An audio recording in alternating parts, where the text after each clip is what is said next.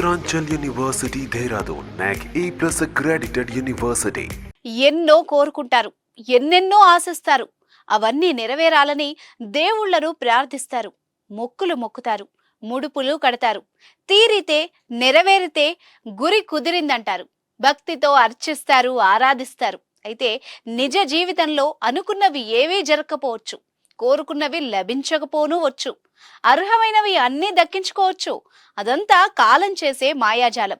దైవం అనుకూలిస్తే అంతా శుభప్రదం. అలాంటి శుభాలను అందించే దేవతామూర్తే గడి బాపనమ్మ.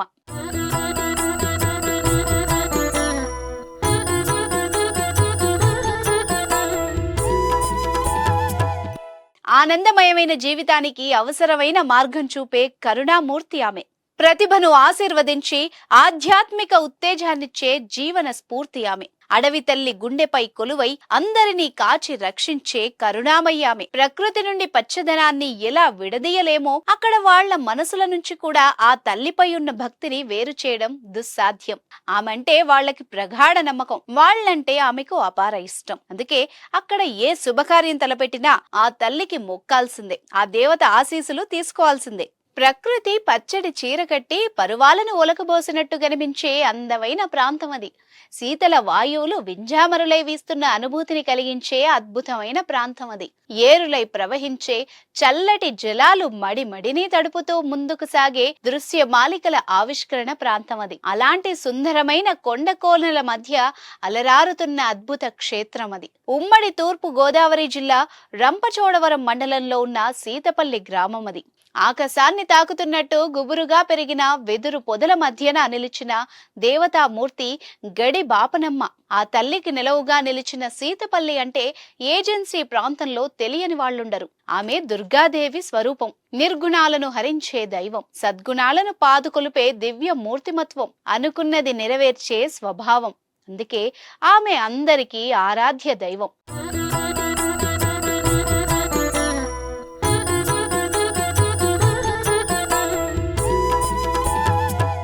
కేవలం తూర్పు గోదావరి జిల్లాలోనే కాదు, చుట్టుపక్కల జిల్లాల వారికి కూడా ఆమంటే ఎంతో గురి, నమ్మకం. ముఖ్యంగా ఏజెన్సీ ప్రాంతాల వాళ్ళు తమ గుండెల్లో నిలుపుకున్న మహాస్వరూపం ఆమె. అక్కడి వారిని ఎవరిని కదిలించినా కథలుగా ఆ తల్లి గాథలు చెబుతారు. 1990 దశకానికి పూర్వం పెద్దగా అక్కడ జనసంచారం కనిపించేది కాదు. గురి కుదిరింది, నమ్మకం పెరిగింది. ప్రస్తుతం అక్కడ మంగళవారం, శుక్రవారం, ఆదివారం వచ్చిందంటే చాలు, ఇసుక వేస్తే రాలనంత జనం. బాపనమ్మ తల్లే కాదు, అడవి తల్లి కూడా వారి భక్తికి పులకించిపోతుంది, పరవశించి పరవళ్లు తొక్కుతుంది. తమ కోర్కెలు తీర్చే కల్పవల్లికి 1970లో ఓ అందమైన ఆలయాన్ని నిర్మించారు. చతుర్భుజగా గంభీర వదనంతో ఆ ఆలయంలో కొలువై వరదాయినిగా భక్తుల పూజలు అందుకుంటోంది. త్రిశూల ఖడ్గధారిణిగా, అసుర సంహారిణిగా ఆమె దర్శనమిస్తుంది. 9 శిరస్సులతో కూడిన సర్పరాజం ఆమెకు నీడ పడుతుంటే, త్రినేత్రిగా సింహవాహనంపై దివ్యంగా విరాజిల్లుతూ కనిపిస్తుంది. అక్కడే అమ్మవారి రాతి విగ్రహం కూడా కనిపిస్తుంది. 9 సంఖ్య అంటే అమ్మవారికి అమితమైన ఇష్టంగా భావించాల్సి ఉంటుంది. 9 సార్లు అమ్మవారికి ప్రదక్షిణలు చేస్తే ఎంతో సంతోషపడుతుందని అక్కడ వాళ్ల నమ్మకం. ఇక నిత్యం ఓ అఖండం అక్కడ ప్రజ్వరిల్లుతూ ఉంటుంది, జ్వాజ్వలమానమై కాంతులు చిమ్ముతూ ఉంటుంది. ఆ వెలుగుల్లో అమ్మవారి వైభవం చిద్విలాసమై దర్శనమిస్తుంది. గడి బాపనమ్మ తల్లి అంటే అక్కడ వాళ్లకు ఎంతో గురి. ఏది కోరుకున్నా, మనసులో ఏది తలుచుకున్నా ఇట్టే జరిగిపోతాయన్న ప్రగాఢ విశ్వాసం. ఆ నమ్మకమే ఎంతో మందిని అక్కడికి రప్పిస్తుంది. ప్రతిరోజు అమ్మవారికి విశేష కుంకుమార్చనలు నిర్వహిస్తారు, అభిషేకించి అర్చనలు జరుపుతారు. హోమాలు, యజ్ఞ యాగాదులు తరచూ నిర్వహిస్తూనే ఉంటారు. అన్ని పర్వదినాలు ఇక్కడ నేత్రపర్వంగా నిర్వహిస్తే ఉగాదికి వారం రోజుల పాటు పెద్ద ఎత్తున జాతర జరుపుతారు.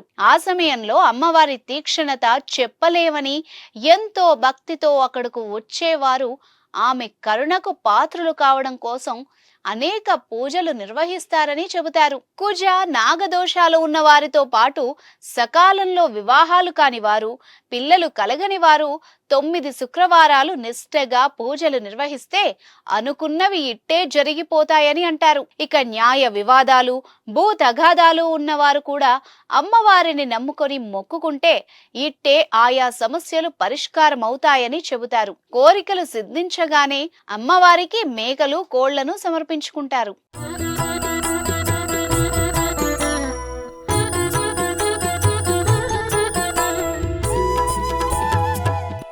ఆ రూపం వెనక అనేక కథలు వినిపిస్తాయి.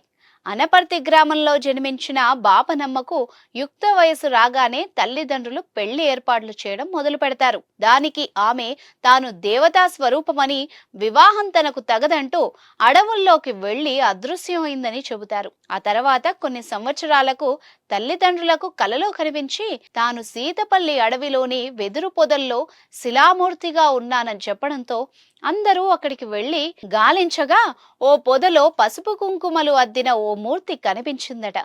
ఆ శిలను తీసుకువచ్చి ఇప్పుడున్న స్థానంలో ప్రతిష్ఠించినట్టు చెబుతారు. అప్పట్నుంచి ఆమంటే అందరికీ భక్తి కుదిరింది. ఇప్పటికీ గర్భాలయంలోని ప్రధాన మూర్తికి కుడివైపున రాతి విగ్రహం కనిపిస్తుంది.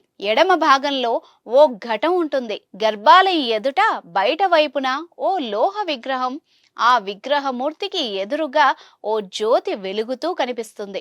ఇదే ఆలయంలో విఘ్నేశ్వరుడు, రాధాకృష్ణుల విగ్రహాలు కూడా దర్శనమిస్తాయి. ఇక్కడ మరో విశేషం ఏంటంటే తులాభారం తమ కోరికలు తీరాయని ఎంతో మంది అమ్మవారికి తులాభారం ద్వారా మొక్కులు చెల్లించుకుంటారు. సీతపల్లి పరిసరాల్లోనే కాదు, ఆ చుట్టుపక్కల ప్రాంతాల వారు కూడా ఏ కొత్త వాహనం కొన్నా అమ్మవారికి పూజ చేయించుకోవడం ఓ ఆనవాయితీగా వస్తోంది. కేవలం మొక్కులు ఉంటేనే కాదు, ఆ మార్గంలో ప్రయాణించే వాళ్ళంతా అమ్మవారి ఆలయం ముందు వాహనాలు ఆపి మరీ బాపనమ్మను దర్శించుకుని వెళ్లడం కనిపిస్తుంది. అడవి తల్లి సిగలో చంద్రవంకలా మెరిసిపోయే ఆ క్షేత్రం ఓ మహిమాన్వితం, భక్తులకు వరాన్వితం.